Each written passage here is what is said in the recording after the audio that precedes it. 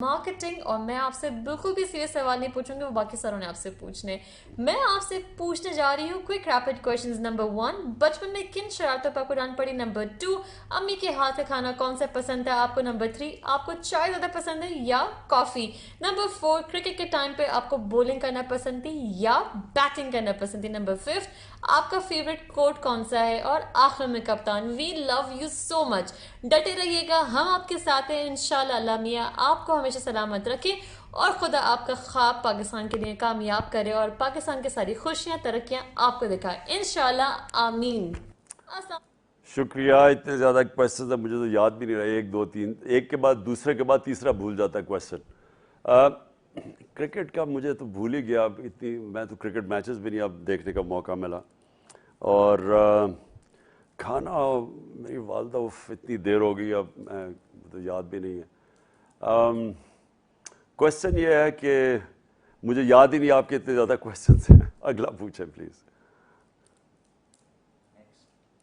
अस्सलाम वालेकुम खान साहब, मेरा नाम महविश है और मैं एक ओवरसीज़ पाकिस्तानी हूँ, कनाडा में मुकीम हूँ। सवाल पूछने से पहले मैं आपका तहे दिल से शुक्रिया अदा करना चाहती हूँ कि किस तरह 3.5 साल आप अकेले हमारे लिए लड़ते रहे। ये रिजीम चेंज ना होती तो हमें पता ही ना चलता कि आप किस महाज पे अकेले खड़े थे। जिस तकलीफ से आपने कहा था कि इस मुल्क के बड़ों के लिए करप्शन कोई बुरी बात नहीं, 3.5 साल की कहानी खुलकर सामने आ गई थी। तो थैंक यू खड़े रहने के लिए, बहादुरी से आखिरी बॉल तक लड़ने के लिए। सवाल मेरा आपसे ये है कि क्या आपको इस बात का अंदाज़ा है कि इस वक्त आवाम आपसे किस कदर मोहब्बत करती है, आपको मुर्शिद बुलाती है? करोड़ों पाकिस्तानियों की आप एक वाहिद उम्मीद हैं, बल्कि पूरी दुनिया के मुसलमान इस वक्त इंतज़ार कर रहे हैं कि आप वापस आएंगे और उनका मुकदमा लड़ेंगे। तो क्या आपको इस प्रेशर से कुछ घबराहट होती है या डर लगता है कि अगर आप हार गए तो आप अकेले नहीं हारेंगे, बहुत सारे लोग आपके साथ हारेंगे? बस मेरा यही सवाल था। अपना बहुत ख्याल। देखिए, मैं आपको एक बात बताऊं, कभी भी जो भी जिंदगी में काम किया है, मैं कभी ये नहीं सोचता कि मैं हारूंगा। क्योंकि ये जब आप हारने का सोचते हैं ना तो आप जीत ही नहीं सकते। जो ह्यूमन माइंड है ना, जो हमारा ज़हन है, वो एक वक्त पे एक ही चीज़ सोच सकता है कि या मैं जीतूंगा और या मैं हार ना जाऊं। वो एक माइंड पे दोनों चीज़ें नहीं सोच सकता। तो ये जो आइडिया होता है ना कि जो लोग ये सोचना शुरू हो जाते हैं कि मैं हार ना जाऊं, तो वो फिर हमेशा प्लान बी रखते हैं अपना, या वो समझते हैं कि अगर ये चीज़ मैं नाकामयाब हो तो मैं प्लान बी पे चला जाऊंगा। मैं कभी ज़िंदगी में ऐसे नहीं सोचा।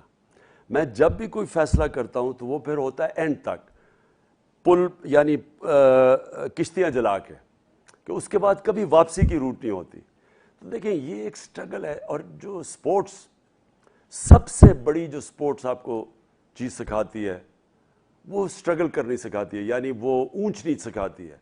वो आपको सबसे बड़ी चीज़ क्या सिखाती है कि ज़िंदगी एक स्ट्रेट लाइन में नहीं जाती, ज़िंदगी ऊंच नीच का नाम है। यानी आपको अच्छे वक्त आते हैं, बुरे वक्त आते हैं। और जो स्पोर्ट्स, जो चैम्पियन होता है, वो बनता ही चैम्पियन तब है जब वो बुरे वक्त को संभाल ले।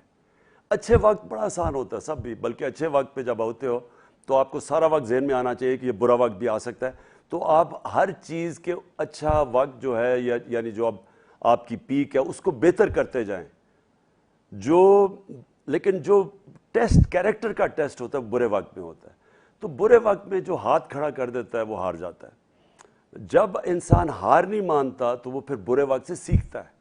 और जब आपका डाउन साइकिल आता है तो आप ज़्यादा मजबूत होकर ऊपर आते हैं। तो कोई, यानी ये याद रखें कि आप हारते तब हैं जब आप हार मान जाते हैं। तो मेरी ज़िंदगी में तो हार है ही नहीं, यानी हार मानना है ही नहीं। तो मेरे लिए तो ऊंच नीच होती है, और जब नीच होती है, मसलन मैंने 3.5 साल में ज़िंदगी में वो सीखा जो मैंने इतनी स्ट्रगल में नहीं सीखा। लेकिन इस वक्त ये वक्त है, इसमें अभी से मैं तैयारी कर रहा हूँ कि मुझे अगर अल्लाह फिर मौका देगा तो मैंने क्या क्या चीज़ें शुरू में ही कर रही हैं।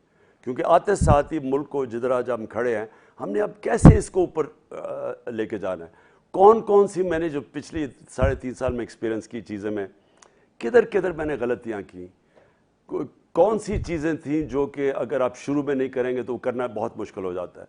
तो आपको शुरू में अगर आप मेजर स्टेप्स, अपनी मेजर रिफॉर्म्स शुरू में कर दें तो उसके बाद वो उसका अपना मोमेंटम बन जाता है।